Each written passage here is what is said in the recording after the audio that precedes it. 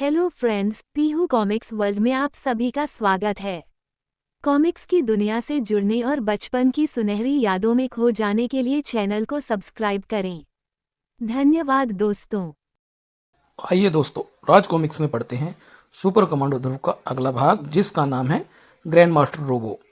कहते हैं मामा सांप का काटा पानी भी नहीं मांगता, लेकिन इस दुनिया में एक ऐसा भयंकर मानव भी है जिसके लिए इस अत्यधिक विषैले सांप का जहर एक हल्के से नशे से ज़्यादा कुछ नहीं है। कई लोगों का मानना तो यह है कि उसकी रगों में खून नहीं बल्कि सांप का जहर बहता है और इस भयानक शख्स का रास्ता काटने वाला कभी जिंदा नहीं बचता है। अपराध जगत के इस बेताज शहंशाह को उसके गुलाम एक ही नाम से जानते हैं, जो है ग्रैंड मास्टर रोबो, जिसके अपराध जगत के शहंशाह से पूरी दुनिया के बादशाह बनने के सपने के बीच एक ऐसा युवक दीवार बनकर खड़ा हुआ है जिसके लिए मानवता और मानवों की जान की कीमत के सामने अपनी जिंदगी की कीमत कुछ नहीं है। जो ग्रैंड मास्टर रोबो की आंखों में कांटा बनकर इसलिए खटकता है क्योंकि उसके हाथों रोबो 2 बार मात खा चुका है। इसलिए ग्रैंड मास्टर ने कसम खाई है कि इस बार या तो वह बचेगा या उसका जानी दुश्मन सुपर कमांडो ध्रुव। यह तो चूहे बिल्ली का खेल है सुपर कमांडो ध्रुव। अग्निमुख से तो तुमको साक्षात यमराज भी नहीं बचा सकते हैं। आज मेरी जीत और तुम्हारी मौत निश्चित है। हा हा हा। समुद्र की अथाह गहराइयाँ, जहाँ पर विषायकाय मछलियाँ और खतरनाक समुद्री जीवों का राज्य रहता है, आज एक मानवाकृति कुछ यंत्र फिट कर रही थी। हेलो चीफ, मिस्टी हेयर, काम पूरा हो गया है। अब मैं यहाँ से निकलता हूँ। आप 15 मिनट बाद सिग्नल भेजिएगा। मिस्टी का मैसेज आया है मास्टर। न्यूक्लियर टेस्ट के लिए सारे यंत्र फिट किए जा चुके हैं। अब सिर्फ रिमोट कंट्रोल से सिग्नल भेज लेने की देरी है। देर क्यों, सिग्नल तुरंत चालू करो। लेकिन मास्टर, अगर इस वक्त धमाका हुआ तो मिस्टी उसकी चपेट में आ जाएगा। हर महान कार्य अपने हिस्से की बलि मांगता है और जितने कम लोग इस प्रोजेक्ट के बारे में जाने उतना ही अच्छा है। सिग्नल भेजो। आदेश मिलते ही 2 हाथ हरकत में आ जाते हैं और अदृश्य रेडियो तरंगे अपने स्रोत से निकलकर निशाने की तरफ बढ़ चलती है। रेडियो तरंगों का यंत्र से संपर्क हुआ और एक भयंकर धमाका होता है, जिसके बाद मिस्टी कहाँ गया यह किसी को पता न चला और ना ही किसी को यह जानने की दिलचस्पी थी। इस विनाशकारी न्यूक्लियर ब्लास्ट का असर समुद्र की सतह पर भी हुआ था और फिर धीरे धीरे सब शांत हो गया। अब उस धमाके का एकमात्र मूक गवाह था। मूंगे की मोटी दीवार में धमाके के कारण बना एक बड़ा छेद। कहीं पर इस धमाके से खुशियों की लहर दौड़ रही थी। सफलता, सक्सेस, कामयाबी, हमारा न्यूक्लियर टेस्ट कामयाब हो गया। अब हमारा गैंग संसार का पहला ऐसा आतंकवादी संगठन है जिसके पास न्यूक्लियर बम है और अब मुझे दुनिया पर राज करने से कोई नहीं रोक सकता है। हा हा हा। अगले दिन सुबह, आज लगता है कि हम लोग कुछ ज़्यादा जल्दी आ गए हैं भैया। बीच पर हमारे अलावा और कोई नहीं दिखाई दे रहा है। जल्दी 7 बजने वाले हैं देवी जी। आज आपके चक्कर में हम भी लेट हो गए हैं। अब सब लोग घूमकर जा भी चुके होंगे। अच्छा अच्छा, चुपचाप दौड़ो वरना बोलते बोलते ही सांस फूल जाएंगी और अगर ज़्यादा बोले तो मैं तुम्हें पानी में ये क्या। तभी श्वेता का पैर किसी उभरी चीज़ से टकराया और वह नीचे गिर जाती है। हा हा हा। देखा, दूसरों का बुरा चाहने वालों का खुद बुरा होता है। अब तुम स्नान ध्यान से करो, तब तक मैं चक्कर मार कर आता हूँ। पर जाने क्यों समुद्र आज कुछ ज़्यादा ही अशांत था। तभी समुद्र की एक लहर ध्रुव से आकर टकराती है। हा हा हा। अरे, जैसे को तैसा मिला, कैसा मज़ा आया, खूब मज़ा आया आया। Oh my God. ध्रुव ने भी नज़र घुमाकर श्वेता के आश्चर्य का कारण जानना चाहा और वह खुद भी चकित रह गया। उसको भिगोने वाली विशालकाय लहर तो वापस लौट गई थी, लेकिन अपने पीछे छोड़ गई थी हजारों मृत समुद्री मछलियाँ।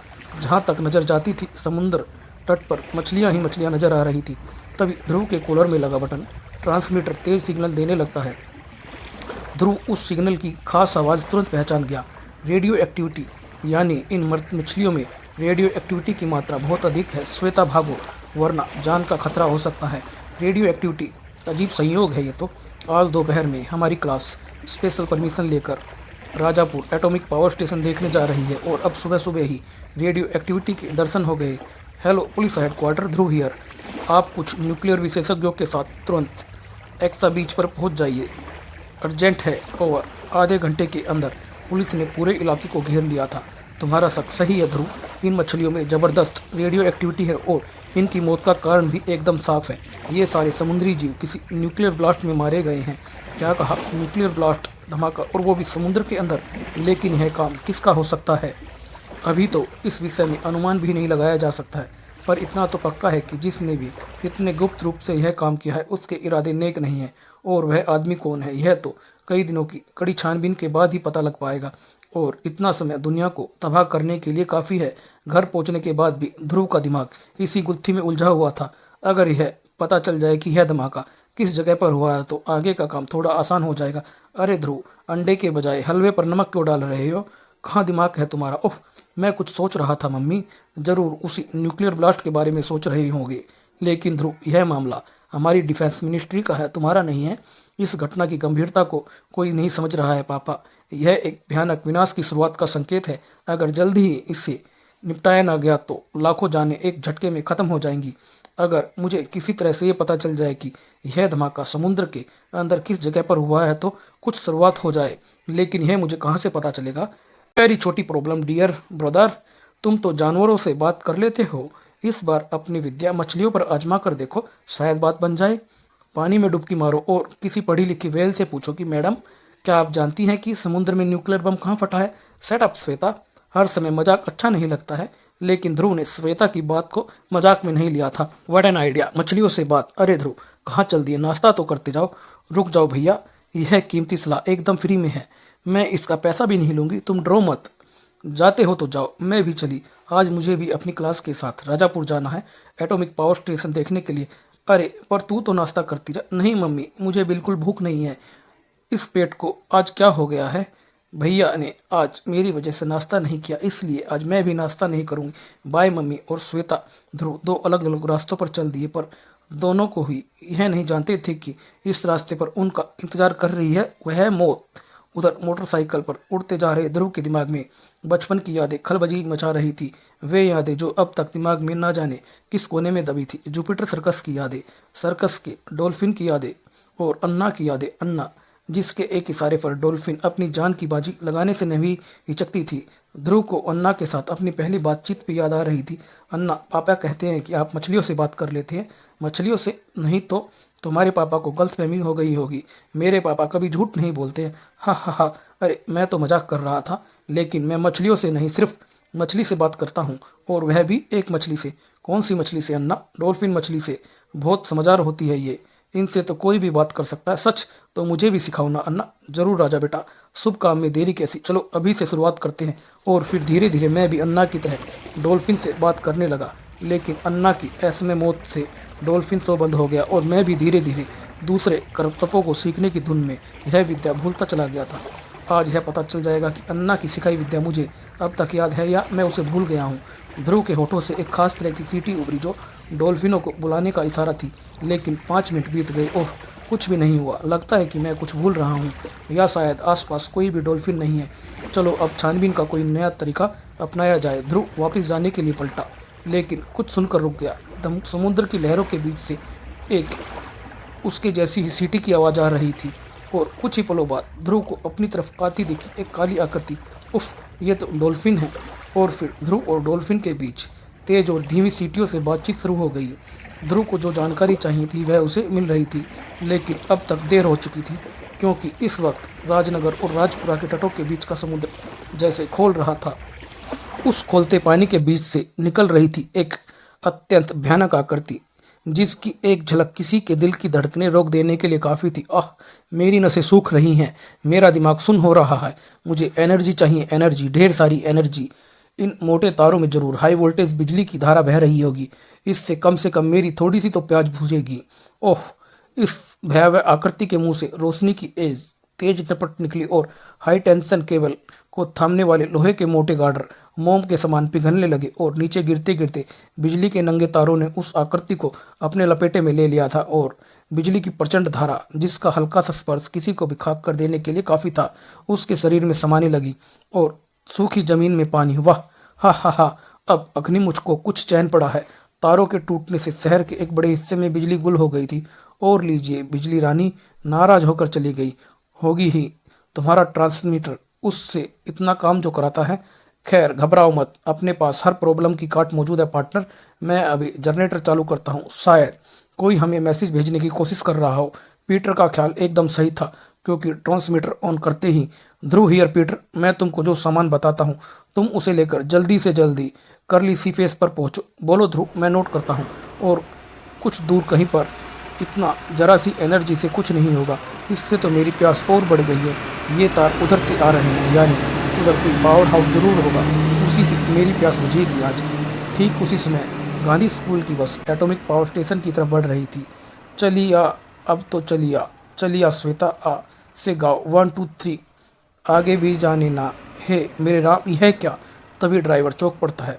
सबको खिलखिलाते चेहरे पल भर में गंभीर हो गए। सबके चेहरे भयंकर लगने लगे थे। सामने बीच रास्ते में खड़ी भयंकर आकृति सीधे नर्क से आई हुई लग रही थी। भयभीत ड्राइवर को बचने का सिर्फ एक ही रास्ता समझ में आया। उसके पैर एक्सीलेटर पर दबते चले गए और बस बंदूक से छूटी गोली की तरह अग्निमुख की तरफ बढ़ती चली गई थी। बस टक्कर की आवाज़ बहरा कर देने वाली थी। अग्निमुख उछलकर दूर जा गिरा, लेकिन ड्राइवर की टक्कर मारकर भाग जाने वाली योजना असफल हो गई, क्योंकि बस भी पहियों में तार फंस जाने के कारण वहीं पर रुक गई थी। बच्चों, बस से उतरकर भागो, इसको टक्कर मारना मूर्खता थी। भगवान का शुक्र है कि इन तारों में कोई करंट नहीं है। बच्चों से दोबारा कुछ कहने की जरूरत नहीं थी। सभी पलक झपकते बस से बाहर निकलकर छुपने के लिए भागे। तुमने अग्निमुख का रास्ता रोकने की जरूरत की है, मैं तुम सबको राख कर दूंगा। अग्निमुख के मुंह से आग की एक भयंकर लपट निकली और बस सोलों के बीच में घिर गई। लेकिन अब कोई भी बस के अंदर नहीं था। जब से मैंने रेडियो एक्टिव मछलियां देखी हैं, तब से मैं ऐसी ही किसी मुसीबत का इंतजार कर रही थी, और इसलिए मैंने अपनी यह पोशाक भी पैक कर ली थी। इस धुएं के बीच में कोई मुझे रूप बदलते हुए नहीं देख पाएगा। और फिर इस एक्शन पैड सीन में एंट्री होगी चंडिका की। Tan टैना ton. चंडिका के बाहर कूदते ही एक धमाके के साथ बस के टुकड़े हवा में उड़ने लगे। एक मिनट भाई साहब, जाने से पहले यह तो बताते जाइए कि इस बस का हर्जाना कौन देगा। उफ, मेरे रास्ते से हट जा छोकरी, वरना तेरे सुंदर शरीर को राख के ढेर में बदल दूंगा मैं। यह तो सीधा एटॉमिक पावर प्लांट की तरफ बढ़ता जा रहा है। मुझे मारने में इसकी कोई दिलचस्पी नहीं है, लेकिन इसको पावर प्लांट पहुंचने से रोकना होगा, वरना जो कुछ होगा वह सोचकर ही रूप कांप जाती है मेरी तो। बस का भारी लोहे का चक्का अग्निमुख के शरीर से जा टकराया और अग्निमुख तारों के बीच में आ गिरा। चंडिका ने बिजली की फुर्ती से तार को पकड़कर खींचा और अग्निमुख का शरीर लोहे के एक मजबूत कुंडली में कैद हो गया। अब क्या इरादा है मिस्टर ज्वालामुखी, शांति से मेरे साथ चलते हो या 2-4 हाथ और दिखाओ। हा हा, मूर्ख लड़की, तू समझती है कि तू मुझे जकड़ सकती है, तो ये ले। अगले ही पल अग्निमुख के शरीर से बिजली की एक हाई वोल्टेज करंट निकली और चंडिका का पूरा शरीर झंझना उठा।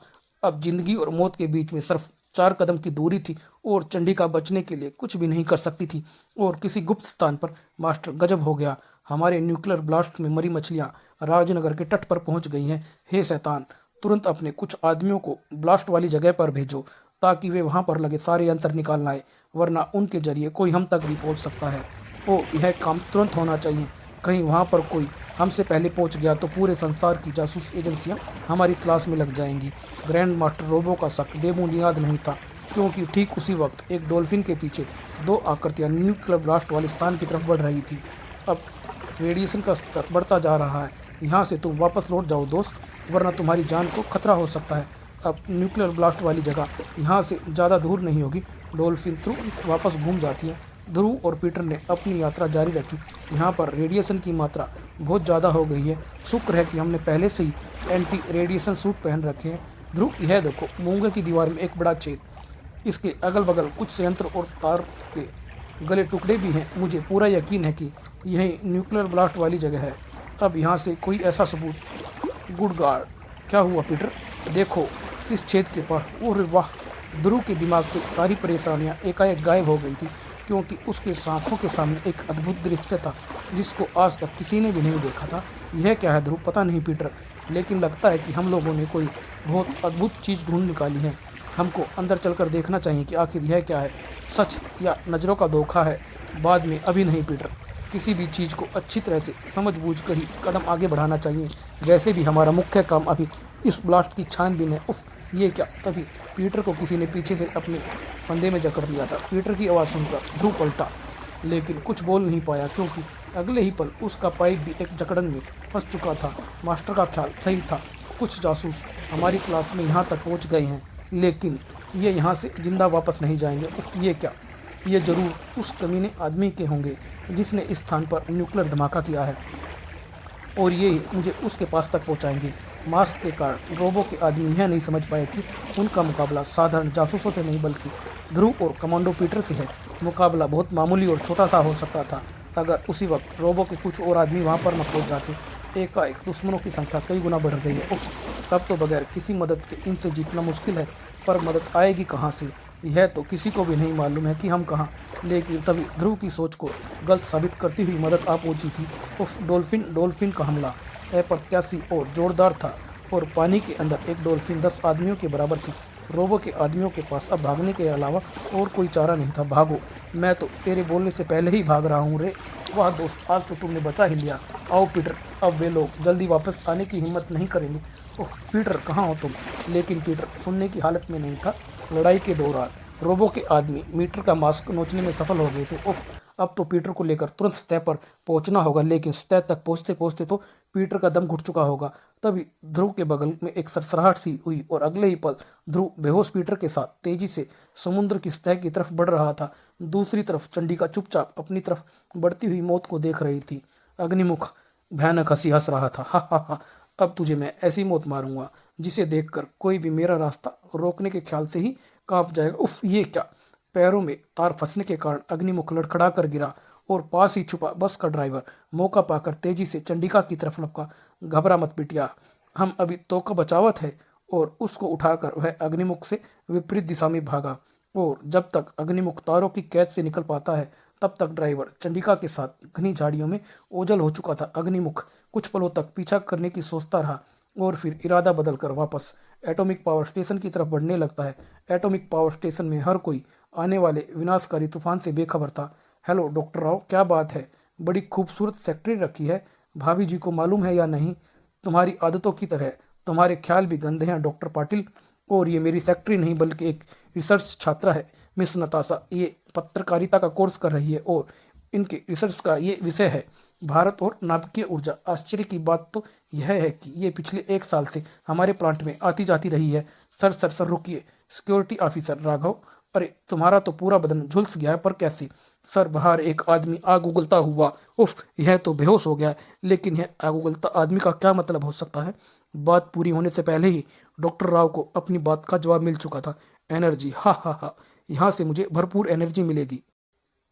थोड़ी ही दूरी पर चंडिका की ताकत धीरे धीरे वापस आ रही थी। आह धन्यवाद, अगर आज आप खतरा मोल नहीं लेते तो मैं जिंदा नहीं बचती। अरे कैसे मोल नहीं लेते खतरा? तुम तो हमारी बेटी की उम्र की हो बिटिया। हम अपनी बिटिया को ऐसे कैसे मरने देते? वह चलता फिरता ज्वालामुखी किधर गया चाचा? वो ससुरा उस तरफ भागा है, राजापुर बिजली स्टेशन की तरफ। और तुम कहाँ खड़ी हो गई? उसको रोकना बहुत जरूरी है चाचा, वरना वह इस पूरे इलाके को मरघट में बदल देगा। लेकिन बिटिया सुनो तो, मेरी चिंता छोड़िए चाचा और सब बच्चों को लेकर यहाँ से जल्दी निकल जाइए। उम्मीद है कि इस अफरा तफरी में ड्राइवर यह ध्यान नहीं देगा कि श्वेता बच्चों के बीच में है या नहीं। लेकिन अग्निमुख से अकेले निमट पाना मेरे संभव नहीं लगता है, इसलिए मुझे अपने लिए स्पेशल मदद का इंतजाम करना ही होगा। अपनी बेल्ट में लगे इस स्पेशल ट्रांसमीटर के जरिए चंडिका ने अपने ट्रांसमीटर को ऑन किया और उससे एक खास तरह की तरंगें निकलने लगी। और कमांडो हेडक्वार्टर में, यह हमारी स्पेशल फ्रीक्वेंसी पर किसका इमरजेंसी सिग्नल आ रहा है? क्या ध्रुव का? नहीं रेनू, यह signal Rajapur atomic power station के पास से आ रहा है। और ध्रुव ने तो अभी कुछ ही देर पहले पीटर को करली सी फेस पर बुलाया था। करली सी फेस और यह पावर प्लांट तो अलग अलग दिशा में है। फिर यह सिग्नल किसका हो सकता है? किसी का भी हो सकता है, लेकिन उसकी मदद तो करनी ही होगी। पर राजापुर पहुंचते पहुंचते तो बहुत देर हो जाएगी और यह इमरजेंसी सिग्नल है। देर नहीं होगी क्रीम, क्योंकि हम लोग वैन से नहीं स्टार हेलीकॉप्टर से जाएंगे। चलो फास्ट, एक पल की भी देर करना ठीक नहीं है। उधर अग्निमुख को सिर्फ एक ही चीज की तलाश थी, एनर्जी की, और उसके रास्ते में रुकावट डालने वाली हर चीज उसकी दुश्मन थी। अब जब तक चंडिका पावर स्टेशन तक पहुंचती, अधिकतर लोग वहां से भाग चुके थे। हा हा हा, एनर्जी पीने की शुरुआत यहीं से की जाए। हे भगवान, यह तो साक्षात भस्मासुर लग रहा है। लेकिन मैं भी इसको रोकने का कोई ना कोई रास्ता निकाल लूंगी। हा हा, अब मेरी ताकत कुछ कुछ वापस आ रही है, लेकिन इतने से कुछ नहीं होगा। मुझे ढेर सारी पावर चाहिए और यह पावर मुझे इस पावर स्टेशन में लगे न्यूक्लियर रिएक्टर से मिलेगी। इसके बाद मैं दुनिया का सबसे शक्तिशाली। तभी एक ट्रक की गड़गड़ाहट ने अग्निमुख का ध्यान अपनी तरफ खींचा, लेकिन अग्निमुख को कुछ करने का मौका नहीं मिल पाया और उसका शरीर ट्रक और दीवार के बीच में फंस गया। वो, ये लड़की तो एकदम तूफानी है। यह खबर ग्रैंड मास्टर तक पहुंचते देर नहीं लगी। Master, Rajapur atomic power station से हमारे जासूस ने एक संदेश भेजा है। वहां पर एक आग उगलता आदमी तोड़ फोड़ कर रहा है। क्या उसी पावर प्लांट से डिजाइन चुरा चुरा कर तो हमने न्यूक्लियर शक्ति हासिल की है, और वह कमीना उसी को तोड़ रहा है। हमारी सैटेलाइट के कैमरों को वहीं पर फोकस करो। हाँ मास्टर, हमारा जासूस एकदम सही सलामत है। शैतान का शुक्र है। उफ, ये तो वह आग उगलता मानव तोड़ फोड़ तो अच्छी करता है, लेकिन हमारा जासूस तो सुरक्षित है ना। इस विनाशकारी आदमी को तो हमारे गैंग में होना चाहिए। वाइपर, यह हमारे ही गैंग का आदमी है मास्टर। यह मिस्ती है। इसके कपड़े और गले के पट्टे को ध्यान से देखिए। मिस्ती यानी यह धमाके से मरने के बजाय आग उगलता मानव बन गया है। लेकिन यह तो गड़बड़ हो गई है। अब मिस्ती को जल्दी से जल्दी ठिकाना लगाने पड़ेगा, वरना अगर इसको किसी ने पकड़ लिया तो यह उनको हमारे इस अत्यंत गुप्त अड्डे का पता बता सकता है। इस मुसीबत से बचने का सिर्फ एक ही रास्ता है, और वह मिस्ती की मौत। सब गड़बड़ हो रही है। पहले मछलियां राजनगर के तट पर पहुंच गई, फिर मिस्ती बच गया, और हमारे आदमी अब तक उस ब्लास्ट वाली जगह से यंत्र लेकर वापस नहीं आए हैं। कारण सीधा सा था, क्योंकि रोबो के आदमी डॉल्फिन के डर से अब छुपे हुए थे। वे वापस चले गए हैं। हाँ खैर, अब जल्दी करो, देर हो गई है। मास्टर हमारी खाल उतार लेगा। उसको जब पता चलेगा कि कुछ लोग हमसे पहले ही यहाँ पहुँच चुके हैं, तो हमारी खाल तो वह ऐसे ही खिंचवा देगा। हम उसको यह बात बताएंगे ही नहीं कि उसको पता कैसे। वाओ, क्या हुआ? कोई खजाना दिख गया क्या? खजाने का भी बाप मूर्ख, देख उस छेद के पार। यह क्या है डोमर? कोई शहर लगता है, सोने का बना हुआ, लाखों टन सोना। ग्रैंड मास्टर तो यह खबर सुनकर पागल हो जाएगा। हम उसे पागल बनाना नहीं चाहते हैं, इसलिए हम उसको यह भी नहीं बताएंगे। यह खजाना हमने ढूंढा है, इस पर सिर्फ हमारा हक है। आज के बाद से हम किसी के गुलाम नहीं होंगे। यह क्या? तभी कुछ देखकर सबकी जुबान तालू से चिपक गई थी। उनकी यह हरकत एकदम सामान्य थी, क्योंकि छेद के बीच से निकल रहा समुद्री जीव बहादुर से बहादुर आदमी का भी खून सुखा देने के लिए काफी था। यह किस लोक का प्राणी है? बड़बड़ मत कर मूर्ख, और यहाँ से भाग ले। यह जरूर इस खजाने का रक्षक होगा, परंतु समुद्र के अंदर किसी समुद्री जीव से बचकर भाग पाना असंभव होता है। इस बात का एहसास रोबो के आदमियों को सिर्फ मरने से पहले ही हो पाया। लेकिन यह भयावह दृश्य अनदेखा नहीं रहा। आखिर वही हुआ जिसका मुझे डर था। हे देव! और एटॉमिक पावर प्लांट में माल लदे ट्रक की टक्कर का भी इस पर खास असर नहीं पड़ा। यह तो बुरी खबर है, लेकिन अब इसको संभलने का मौका नहीं देना है। शुक्र है कि इन तारों में बिजली नहीं है, वरना अब तक मुझे भी सैकड़ों वोल्ट का करंट लग चुका होता। चंडिका ने गिरती हुई दीवार पर एक जोरदार वार किया, और सैकड़ों ईंटें अग्निमुख के ऊपर बरसने के लिए नीचे गिरने लगती है। पर अग्निमुख ने अब तक अपने आप को संभाल लिया था। उसके मुंह से स्टील को भी गला देने वाली एक भीषण लपट निकली, और सारी ईंटें ज्वालामुखी पर गिरने से पहले ही धुआं बनकर हवा में बिखर गई थी। और फिर क्रुद्ध अग्निमुख चंडिका की तरफ लपका। यहाँ पर मेरा कुछ नहीं बिगाड़ पाएगा। इतनी ऊंचाई पर तो इसकी लपट भी नहीं आ पाएगी। लेकिन अग्निमुख का निशाना चंडिका नहीं, बल्कि चिमनी का निचला हिस्सा था, और इतनी ऊंचाई से गिरने पर मेरे बदन का पाउडर बन जाएगा। मिस्टर अग्निमुख मुझे तड़पा तड़पा कर मार देना चाहता है, पर मेरे पास भी 600 ग्राम दिमाग है। अगर मैं अपने शरीर को एक खास कोण पर मोड़ दूं, तो यह भारी चिमनी अपने गिरने की दिशा बदल सीधे श्री अग्निमुख की खोपड़ी की को तरबूज की तरफ फोड़ देगी। चिमनी तेजी से अग्निमुख की तरफ गिरने लगती है। वह इतनी बड़ी चिमनी को गिरने से पहले भस्म कर देना असंभव था, लेकिन चंडिका ने गिरती चिमनी और अग्निमुख के बीच में तने तार पर ध्यान नहीं दिया था। तार से टकराकर चिमनी ने अपनी दिशा बदल ली। अरे, अग्निमुख बच गया, पर चिमनी अब उस फोटोग्राफर लड़की पर गिर रही है, और उसका ध्यान कहीं और है। इस पर यह आफत मेरी वजह से आई है, इसलिए इसको बचाने की जिम्मेदारी भी मेरी है। नताशा का ध्यान अब तक अपने ऊपर गिरते खतरे पर जाता। तब तक बहुत देर हो चुकी थी। अब ना तो भागने का ही रास्ता था, और ना ही कोई बचने की जगह थी। वह से जड़ हो गई थी। उसको यह भी नहीं पता चला कि आखिर वह बच कैसे गई। तुम ठीक तो हो ना मिस फोटोग्राफर? हाँ हाँ, मैं ठीक हूँ, लेकिन मेरा नाम तो नताशा है, और मेरा नाम चंडिका है। नताशा, अब तुम जल्दी से जल्दी यहाँ से निकल जाओ, क्योंकि थोड़ी ही देर में यह जगह नर्क का डुप्लीकेट बनने वाली है। नताशा चुपचाप चंडिका को खतरे की तरफ बढ़ती देख रही थी, और ना जाने क्यों उसके शर्मिंदा चेहरे पर आंसू बहने लगे। हे भगवान, मेरी मदद कर। ओह, अब इसके और न्यूक्लियर रिएक्टर के बीच सिर्फ कंक्रीट और शीशे की एक मोटी दीवार है, और इस रुकावट को रास्ते से हटाना इसके बाएं हाथ का खेल है। इससे पहले कि चंडिका अग्निमुख तक पहुंच पाती, दीवार एक धमाके के साथ ढह गई। मैं न्यूक्लियर रिएक्टर सामने दिख रहा था, और अब उसके और अग्निमुख के बीच कोई रुकावट नहीं थी। अब तो इस पार या उस पार वाला मामला है। अब या तो मैं नहीं, या फिर अग्निमुख नहीं। लेकिन तभी चंडिका आसमान से आ रही एक धड़धड़ाहट की आवाज़ सुनकर रुक जाती है। स्टार हेलीकॉप्टर यानी मेरा सिग्नल भेजना व्यर्थ नहीं गया।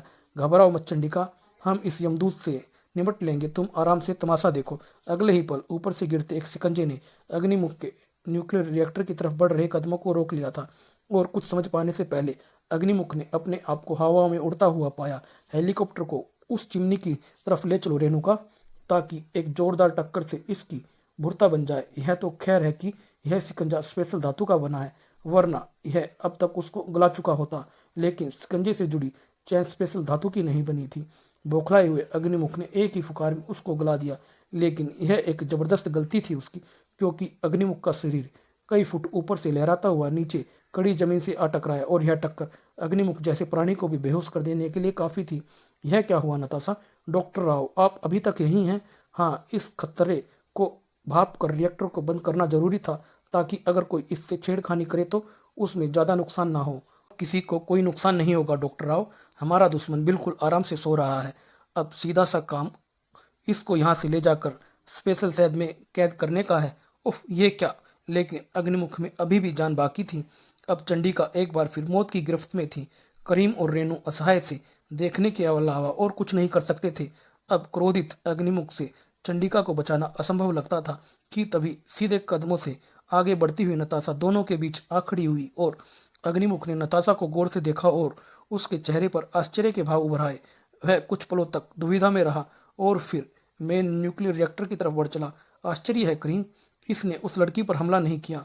अब अग्निमुख को हमें रोकना होगा। तुम प्लेटफॉर्म को नीचे करो और मैं इसकी अहलीला समाप्त करता हूँ। अगले ही पल हेलीकॉप्टर से एक प्लेटफॉर्म झूलता हुआ नीचे की तरफ बढ़ने लगता है और साथ ही साथ वातावरण गोलियों की गड़गड़ाहट से गूंज उठा। लेकिन सारी गोलियां अग्निमुख के शरीर से टकराकर भस्म होती चली गई।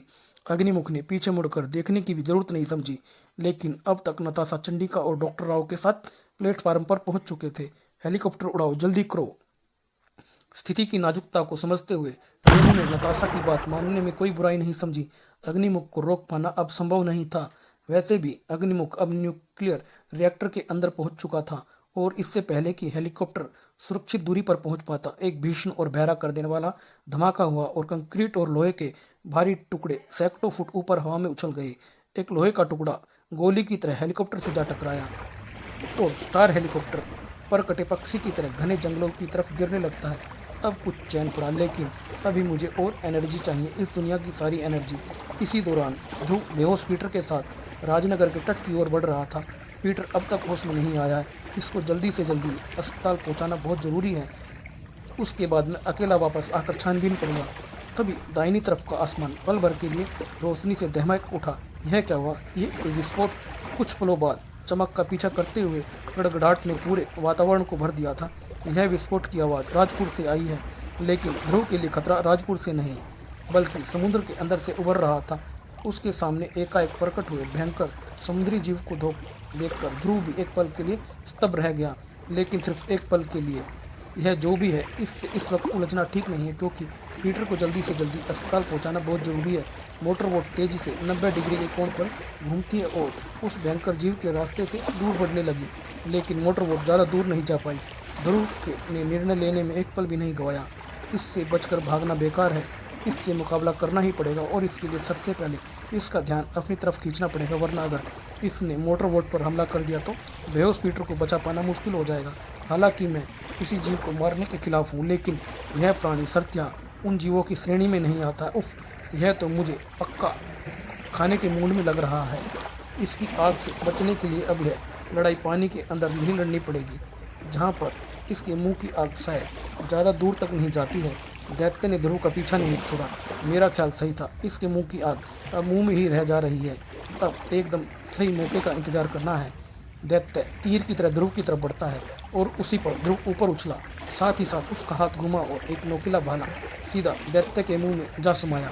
यह भाला इसकी आंतों और गले को चीर कर रख देगा और यह राम नाम सत्य हो जाएगा इसका। लेकिन दैत्य के मुंह की भीषण आग ने भाले को गले तक पहुंचने से पहले ही गला दिया। अब ध्रुव के हाथ खाली थे और उसकी तरफ बढ़ती मौत की गति बहुत तेज। एक बार फिर ध्रुव ने अपनी तरफ बढ़ते हुए विशाल जबड़ों से अपने आप को बचाया, लेकिन लहराती पूंछ से उसको निशाना बना ही लिया था। उफ, अब मुझे ऑक्सीजन लेने स्टेप पर जाना ही पड़ेगा और तब यह मुझे भून कर या उबाल कर ऑक्सीजन, इसको रोकने का यही एक तरीका है ऑक्सीजन। बिजली सी फुर्ती से ध्रुव ने अपनी पीठ पर लगे ऑक्सीजन टैंक को उतार सामने खुले विशाल मुख के अंदर तेजी से झोंक दिया। ऑक्सीजन टैंक का संपर्क आग से हुआ और एक धमाके के साथ वह भयावह समुद्री जीव खामोश हो गया था और ध्रुव ने अपनी यात्रा को फिर से शुरू किया।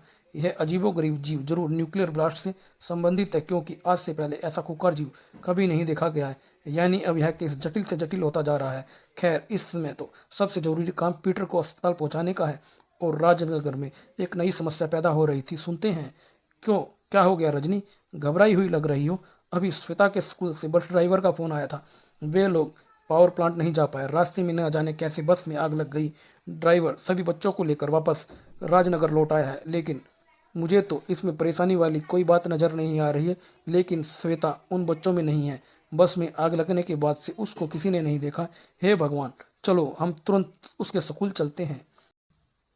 राजन और रजनी कार की तरफ लपके, लेकिन तभी emergency sir, Rajapur atomic power station को एक आग उगलते हुए आदमी ने तबाह कर दिया है। आप तुरंत हेडक्वार्टर पहुँचो। ओह, मुझे तुरंत ऑफिस जाना होगा। रजनी, तुम श्वेता के स्कूल पहुँचो, मैं थोड़ी देर में वहाँ आता हूँ। आप और आपका काम, बच्चों के अलावा सारी दुनिया की फिक्र है आपको। चलो ड्राइवर। इस नई घटना से अनजान ध्रुव पीटर के साथ अस्पताल की तरफ बढ़ रहा था और अग्निमुख और एनर्जी की तलाश में राजनगर आ पहुंचा था। एनर्जी कहाँ है? एनर्जी चारों तरफ जान बचाने के लिए भगदड़ मची हुई थी। एटॉमिक पावर प्लांट की सारी ऊर्जा पीकर अग्निमुख अत्यंत शक्तिशाली हो गया था। उसके रास्ते में आने वाली हर वस्तु धूल में मिलती जा रही थी। उसको सिर्फ एक ही चीज़ की तलाश थी और एक और बिजली घर की। कुछ मिनटों में सर, वह आग उगलता आदमी राजनगर आ गया है। वट, इस वक्त कहाँ पर है वह? उसके बढ़ने के हर रास्ते पर रुकावट खड़ी करवा दो। मैं भी खुद नाना चौक पहुँचता हूँ और अस्पताल में। घबराओ मत ध्रुव, अब पीटर खतरे से बाहर है। 1-2 दिनों में यह बिल्कुल नॉर्मल हो जाएगा। ये हॉस्पिटल एरिया में कौन हॉर्न बजा रहा है? ओह माय गॉड, ये क्या? यह सारा ट्रैफिक कैसे जाम हो गया है? अभी अभी रेडियो पर समाचार आया था, नाना चौक के आसपास कोई आग उगलता हुआ आदमी तोड़फोड़ कर रहा है, इसलिए पुलिस ने उधर जाने वाला सारा ट्रैफिक रोक दिया है। आग उगलता आदमी आज है, क्या हो रहा है? अगले ही पल ध्रुव तेजी से सीढ़ियां उतर रहा था। पहले आग उगलता समुद्री जीव और अब आग उगलता हुआ आदमी। मुझे जल्द से जल्द नाना चौक पहुंचना होगा, लेकिन उधर जाने वाले हर ट्रैफिक पर तो ज़बरदस्त ट्रैफिक जाम लगा हुआ है, इसलिए मुझे अपने ही एक स्पेशल रास्ते का इंतजाम करना होगा। और वह यह रास्ता है जिस पर ध्रुव के अलावा और कोई नहीं चल सकता था। ट्रैफिक की भीड़ से ध्रुव मोटरसाइकिल पर नाना चौक की तरफ बढ़ रहा था। तार पर मोटरसाइकिल चलाना इतना मुश्किल नहीं है जितना तारों में से यह मजबूत तार ढूंढना है जो मोटरसाइकिल का बोझ रखे। लेकिन अग्निमुख का रास्ता रोकने वाले और लोग भी थे। वह आ रहा है सर। ओह माय गॉड, यह तो नर्क का शैतान लग रहा है। मैं ऐसे भयानक प्राणी के साथ कोई चांस नहीं लेना चाहता हूँ। किल हिम, फायर करो इसके ऊपर। अगले ही पल कई राइफलें एक साथ कर्ज उठी और कई गोलियां बर्बाद हो गई। यह तो बढ़ता ही आ रहा है। हमारी गोलियां इस पर बेअसर है सर। अग्निमुख बगैर एक कदम भी रोके बाधा को पार कर गया। उफ, ये मच्छर बहुत तंग करते हैं। देखकर भी यकीन नहीं होता, यह खुकार प्राणी तो एकदम चलती फिरती भट्टी है। इसको यहाँ पर रोकना होगा, वरना यह इस खूबसूरत शहर को खंडर बना देगा। आईजी राजन ने बगैर शत्रु की ताकत जाने उस पर हमला कर दिया और यह एक जानलेवा गलती थी। तूने मुझ पर हमला किया, अग्निमुख पर, यानी अब तेरी लाइफ का दी एंड आ गया है। सावधान राजन, अपने आप को पूरी तरह से बचा नहीं सका तुरंत। तूने इसी से मुझ पर हमला किया था ना, अब मैं इसी से तेरी खोपड़ी फोड़ूंगा। अग्निमुख का हाथ हवा में उठा और उठा ही रह गया। तो यह है मिस्टर अग्निमुख। पट्टे ने अपना नाम तो जोरदार रखा है, देखने से भी है उस समुद्र प्राणी का भाई भतीजा लग रहा है। यानी इसको भी किसी ऐसी जगह पर ले जाकर मारना पड़ेगा जहाँ पर पानी मिले, और यहाँ पर पानी का सबसे बढ़िया स्रोत यह फायर ब्रिगेड का वाटर पंप है। लेकिन इसको खोलने की मेहनत तो मैं अग्निमुख से ही करवाऊंगा। ध्रुव का ख्याल बिल्कुल सही था। गुस्से में भरा अग्निमुख उसकी तरफ पलटा और एक ही फुकार में पंप गल कर रह गया। अब पंप से निकलती तेज और मोटी धारा को सिर्फ दिशा की जरूरत थी और देखते ही देखते वातावरण भाप से भर गया था। लेकिन ध्रुव ने अग्निमुख की शक्ति का गलत अंदाजा लगाया था। तू मेरी बहुत एनर्जी खत्म करवा रहा है छोकरे, अपनी मौत को बुलवाओ मत दे रे तू। यह बेशर्म चुल्लू भर पानी में डूब मरने वालों में से नहीं है। इसको मारने के लिए और ज़्यादा पानी चाहिए। ध्रुव के मजबूत हाथों ने एक झटके से ही मेन होल का भारी ढक्कन उखाड़ दिया था और पलक झपकते उसका शरीर हवा में उड़ता चला गया। अग्निमुख के पीछे आ पहुंचा था वह। अगले ही पल उसका हाथ घुमा और अग्निमुख एक भारी टक्कर खाकर सीधे मेन होल में जा गिरा। ध्रुव की योजना सफल हो गई थी। वह आगे लपका और मेन होल का ढक्कन वापस अपनी जगह पर उसने फिट कर दिया। इस शहर के सीवरों में इतना पानी और इतनी जहरीली गैस है कि इसका बचकर बाहर आना असंभव है। अब से इससे ज़्यादा जरूरी काम पापा को सुरक्षित जगह पर पहुंचाने का है और उसके बाद अग्निमुख को पकड़ने के लिए स्पेशल पुलिस फोर्स से संपर्क करना होगा ताकि वे जल्द से जल्द यहाँ पहुंचकर अग्निमुख को हिरासत में ले। लेकिन तभी सैकड़ों प्रेशर कुकर एक साथ फटने जैसी भयंकर आवाज ने ध्रुव को आईजी राजन को वहीं पर छोड़ने के लिए विवश कर दिया। मेन होल के अंदर बनी भाप ने अपने जबरदस्त प्रेशर से मेन होल के भारी ढक्कन को हवा में पत्ते की तरह उड़ा दिया था। तू समझता था कि तू मुझे पकड़ लेगा, अब मैं बिना तुझे खत्म किए आगे नहीं बढ़ूंगा। यह तो वाकई बहुत शक्तिशाली है। यह मेरी हर स्कीम को फेल करता जा रहा है और मेरे पास इसको पकड़ने के रास्ते खत्म हो रहे हैं। हा हा हा। बचो बचो सुपर कमांडो ध्रुव, लेकिन अब तुमको अग्निमुख यमराज के हवाले करके ही रहेगा। हमारा एजेंट राजापुर एटॉमिक प्लांट से वापस आ गया मास्टर, पर क्यों? उसको तो अभी वापस नहीं आना चाहिए था। खैर, उसे आराम करने दो। ध्यान रहे कि कोई उसके आराम में खलल ना डाले। हमारे आदमी अभी ब्लास्ट वाली जगह से यंत्र लेकर वापस लौटे या नहीं? नहीं मास्टर। और वे कोई जवाब भी नहीं दे रहे हैं। क्या? तुरंत चेक करो, कहीं कोई गड़बड़ तो नहीं है। अगले ही पल स्क्रीन पर जो दृश्य उभरा उसे देखकर रोबो सब कुछ भूल गया था। शैतान की कसम, यह तो सोने का शहर है वाइपर। आज तक इस मूंगे की चट्टान ने इसको दुनिया की नज़रों से छिपा कर रखा था और इस बीच हम छोटे मोटे कामों में अपना समय खराब कर रहे थे। इतना सारा खाली सोना, लाखों टन सोना। वाइपर, तुरंत हमारी अटैक फोर्स को लेकर तैयार करो। हमको तुरंत इस स्वर्ण नगरी पर कब्जा करना है, किसी भी कीमत पर, किसी भी कीमत पर। और टूटे फूटे राजापुर एटॉमिक पावर प्लांट के पास करीम, रेनू और चंडिका को लगभग एक ही साथ होश आया। ओह, नीली छतरी वाले की कृपा से हम लोग घनी झाड़ियों पर ही गिरे, वरना हम लोगों के शरीर का तो। अरे, नताशा और डॉक्टर राव कहाँ पर हैं? उनको होश आ गया होगा और वे चले गए होंगे। किसी डॉक्टर ने थोड़ी ही कहा है कि सबके होश में आने का इंतजार कीजिए और फिर जाइए। अब यहाँ खड़े रहना बेकार है। पावर प्लांट में बहुत सारे लोग गाड़ियाँ छोड़कर भागे हैं। वहीं से कोई गाड़ी लेकर वापस राजनगर चला जाए। चंडिका फिर चली गई। इसका काम तो गिनीज बुक वर्ल्ड रिकॉर्ड्स में होना चाहिए। रेनू, मेरा हाथ पकड़ लो, आजकल बहुत लोग गुम हो रहे हैं। फिर थोड़ी देर बाद करीम और रेनू एक दबी पिच की कार में राजनगर की तरफ बढ़ रहे थे। बेचारे स्टार हेलीकॉप्टर की किस्मत ही खराब है, जब निकालो तब कोई उसे तोड़ ही देता है। पिछली बार अफ्रीकनों ने उसे कवाड़ा कर दिया था और इस बार रेनू देखो, ओह, इस बस को तो बहुत बुरा हाल है। यह भी जरूर अग्निमुख का ही काम होगा। तभी करीम को तेजी से ब्रेक मारना पड़ा क्योंकि रास्ते में एकाएक एक भयभीत आकृति कार को रुकवा रही थी। ओह, ये तो श्वेता है। श्वेता, तुम यहाँ पर क्या कर रही हो? एक एक आग उगलते आदमी ने हमारी स्कूल बस जला दी थी। मैं बेहोश हो गई और मुझे होश आया तो बाकी लोग मुझे छोड़कर जा चुके थे। श्वेता ने सुबकते हुए उन्हें यह बताया। बस बस, अब चुप हो जाओ। हम सबसे पहले तुमको लेकर स्कूल चलते हैं और उन्हें इन्फॉर्म करके हम लोग सीधे घर चलेंगे। Okay okay. मैं भी पहले मम्मी पापा की चिंता दूर कर दूं और उसके बाद फिर अग्निमुख की खोज में निकलूंगी मैं। बेचारी मम्मी का तो बुरा हाल हो गया होगा क्योंकि ड्राइवर को अब तक पता लग ही गया होगा कि मैं उसके साथ नहीं हूँ और फिर उसने घर में फ़ोन जरूर किया होगा। लेकिन श्वेता को अगर ध्रुव के बारे में पता होता तो वह ऐसी गलती कभी नहीं करती क्योंकि ध्रुव को इसमें मदद की सख्त जरूरत थी। ओफ ओफ, अगर इसको रोकने का जल्दी ही कोई रास्ता ना मिला तो मैं ज़्यादा देर तक बच नहीं पाऊंगा। अगर मैं किसी तरह से इसके मुंह के अंदर धमाका कर पाता तो काम जरूर हो जाता। ध्रुव की मौत का तमाशा देखने के लिए ग्रैंड मास्टर रोबो का किलर स्क्वाड भी अब तक घटनास्थल पर आ पहुंचा था। आज अपने सितारे बुलंद है समझ, हम तो सिर्फ मिस्त्री को खत्म करने आए थे, लेकिन यहाँ पर तो हमारे दो जानी दुश्मन एक साथ मौजूद हैं। मिस्त्री उर्फ अग्निमुख और सुपर कमांडो ध्रुव। और जल्दी से हैंड ग्रेनेड निकाल। एक शक्तिशाली हथ गोला एक साथ दो जाने लेने के लिए हवा में उछला।